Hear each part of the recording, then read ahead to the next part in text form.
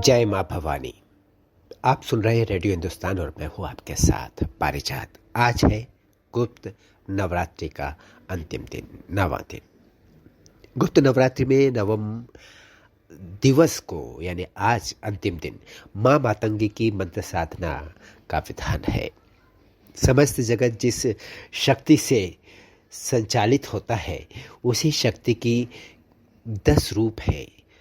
ये 10 महाविद्याएं कहलाती हैं, जिनके 9वें क्रम में भगवती मातंगी का नाम आता है। भगवान शिव के मातंग रूप में उनकी अर्धांगिनी होने के कारण उनकी संज्ञा मातंगी रूप में, माता की संज्ञा मातंगी रूप में विख्यात हुई।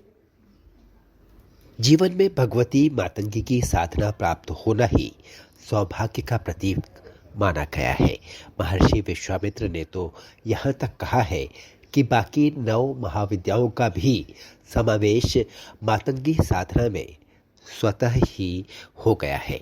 चाहे हम बाकी 9 साधनाएं नहीं भी कर पाएं तो भी केवल मातंगी साधना को ही संपन्न करने से हमें पूर्णता प्राप्त हो सकती है। पूर्णता अर्थात माँ की साधना में, माँ की पूजा अर्चना में हम पूर्णता प्राप्त कर सकते हैं। केवल मातंगी साधना के माध्यम से ही ये संभव हो सकता है। इसलिए तो शास्त्रों में मातंगी साधना की प्रशंसा में कहा गया है, मातंगी में वत्वम पूर्ण मातंगी पूर्णत्व उच्यते। स्पष्ट है कि मातंगी एकमात्र श्रेष्ठतम साधना है और एकमात्र मातंगी ही पूर्णता प्रदान कर सकती है। मातंगी शब्द जीवन के प्रत्येक पक्ष को उजागर करने की क्रिया का नाम है, क्रिया के नाम का परिचायक है, जिससे जीवन के दोनों ही पक्षों को पूर्णता प्राप्त होती है। परंतु मातंगी साधना साधकों के मध्य विशेष रूप से जीवन के भौतिक पक्ष को सुधारने के लिए ही की जाती रही है। माना जाता है कि मातंगी देवी की आराधना सर्वप्रथम भगवान विष्णु ने की थी। तभी से वे सुखी, संपन्न, श्रीयुक्त तथा उच्च पद पर विराजमान दर्शित होते हैं। देवी की आराधना बौद्ध धर्म में भी की जाती है, किंतु बौद्ध धर्म के प्रारंभ में देवी का कोई अस्तित्व नहीं था। कालांतर में देवी बौद्ध धर्म में माता गिरी नाम से ही प्रसिद्ध हुई। तंत्र विद्या के अनुसार देवी सरस्वती नाम से भी जानी जाती रही है, जो श्री विद्या महात्रिपुर सुंदरी के रथ की सारथी तथा मुख्य सलाहकार है। हम जीवन में सदैव परिश्रम करते हैं तथा सदा ही यह प्रयत्न हमारा रहता है कि हमारा समाज तथा हमारा परिवार हमसे सदैव प्रसन्न रहे, परंतु ऐसा संभव नहीं होता। व्यावहारिक रूप में यह दुष्कर कार्य है। इसका सबसे बड़ा कारण है कि हमारे पास बहुमत नहीं है। यह बहुमत का अर्थ प्रसिद्धि से है, क्योंकि जब तक हमें जीवन में प्रसिद्धि नहीं मिलती, हमारा कोई सम्मान नहीं करता है। दुनिया सर झुकाएगी तो ही परिवार भी हमें सम्मान देगा, ऐसा माना जाता है। वरना एक कहावत तो आपने अवश्य सुनी होगी, घर की मुर्गी दाल बराबर।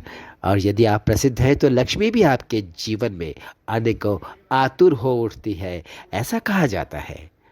प्रस्तुत साधना इसलिए है, जो साधना जिसकी हम बात कर रहे हैं वो इसलिए है कि हमें कई दृष्टि से कई क्षेत्रों में लाभ पहुंचाती है।